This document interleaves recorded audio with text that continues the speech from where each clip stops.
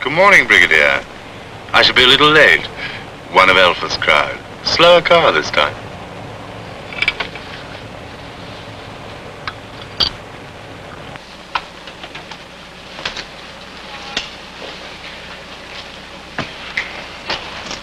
Good morning, Brigadier. When you were told to come here to the Ministry and see me at 10 o'clock, Hurst, it does not mean that you were to come here to the Ministry and see me at 8 minutes past. I see that Smith's not here yet either. He's had the goodness to let me know why. I was followed. One of Alpha's crowd again. You've been followed all week. It didn't disable your punctuality on Monday and Wednesday. Why should it have today? Today I lost him. In the underground at Charing Cross. Deliberately? No, inadvertently. It was peak hour and at such times it's crowded down there. I am not acquainted with the intestines of the London or any other public transport system. But Alpha's man now feels you saw him and shook him off. So not only are you blown, but you are believed to know it, which reduces your value from little to nothing. I'm late because I waited to be found again. Lots of platforms down there, I suppose. Had to ferret, did he? Yes, I bought those at a bookstall not to make it look as if it hung about deliberately. I read this one in the Orkneys last summer. Stylish, but rubbish. Oh, shall I submit the expense to you here at the Ministry or to Smith at Transworld Electronics?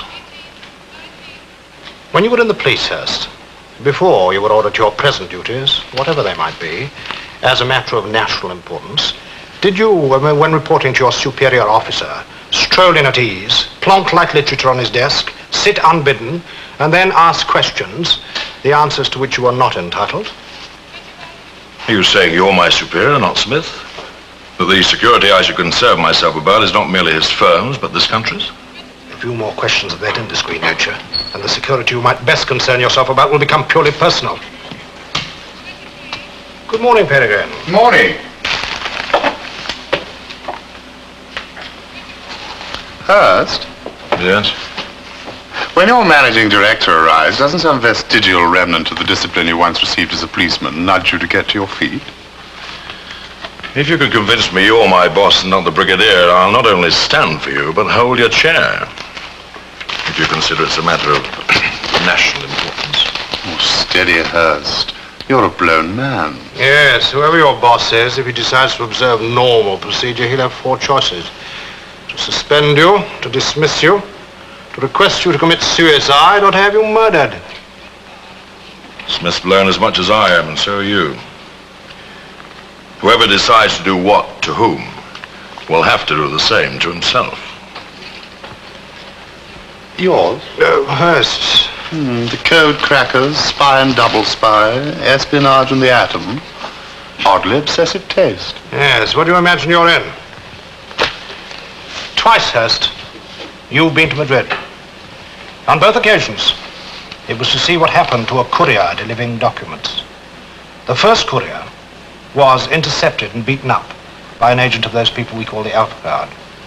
The second courier showed the documents to Alpha himself, and as a consequence, she had to be killed. Very well. The information still has to be got to Madrid.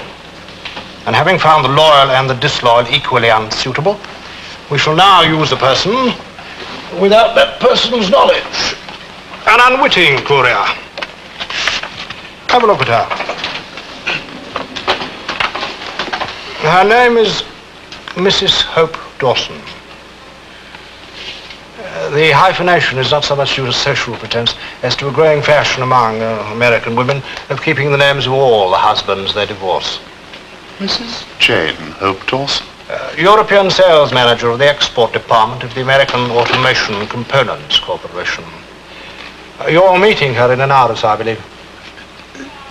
Her company and mine do business together, yes. You'll greet her at the airport?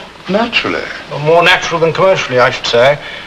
You weren't, after all, so attentive the first time she flew over. Oh, one doesn't expect the sales manager of an American corporation to look like Mrs. Hope Dawson.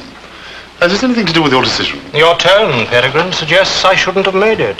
Mrs. Dawson's company and mine share a Spanish contract, a very big one.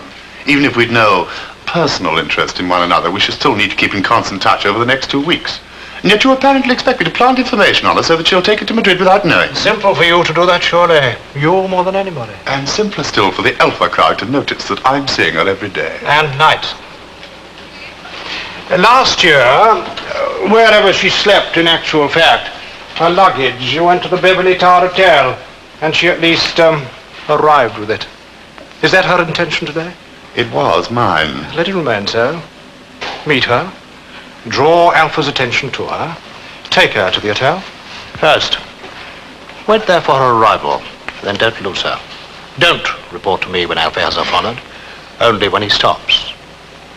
My expectation is that with Hurst always to the offing by day, and you even more so by night, Alpha will have her checked with particular thoroughness. When he's found out that she's exactly what she purports to be, he'll cease to be interested in her. As soon as he calls off her shadow and Hurst reports that he has, I'll almost certainly decide that she can be used. I shan't disguise from you my distaste for conducting private enthusiasms under observation. You might find it refreshing, Peregrine. Overindulged pleasures do jade, unless visited by variety. Good morning, Hurst. Now, is that all? For you.